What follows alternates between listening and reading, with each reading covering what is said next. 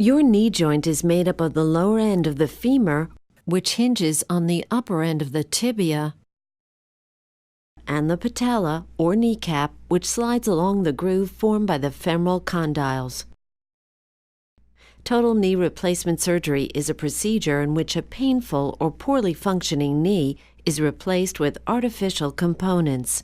If your physician has recommended a total knee replacement, it is probably because your knee is severely damaged by arthritis or injury. Your surgeon will begin by making an incision along the front edge of your knee. After separating the muscles and ligaments around your knee, your surgeon will incise the knee capsule to gain access to the inside of the joint. Using specialized tools, your surgeon will remove the damaged bone and cartilage on the ends of the femur and the tibia, and in most cases, remove the underside of the patella. Your surgeon will then prepare the remaining bone to receive your new prosthetic knee.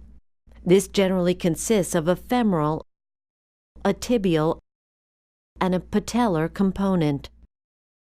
Once the ends of the bones are prepared, your surgeon will cement the new prostheses into position. Before your incision is closed, an X-ray will be taken to ensure that the new components of your knee are positioned correctly. Your surgeon will close the incision with stitches or staples and temporarily leave a drain in place to remove excess fluid.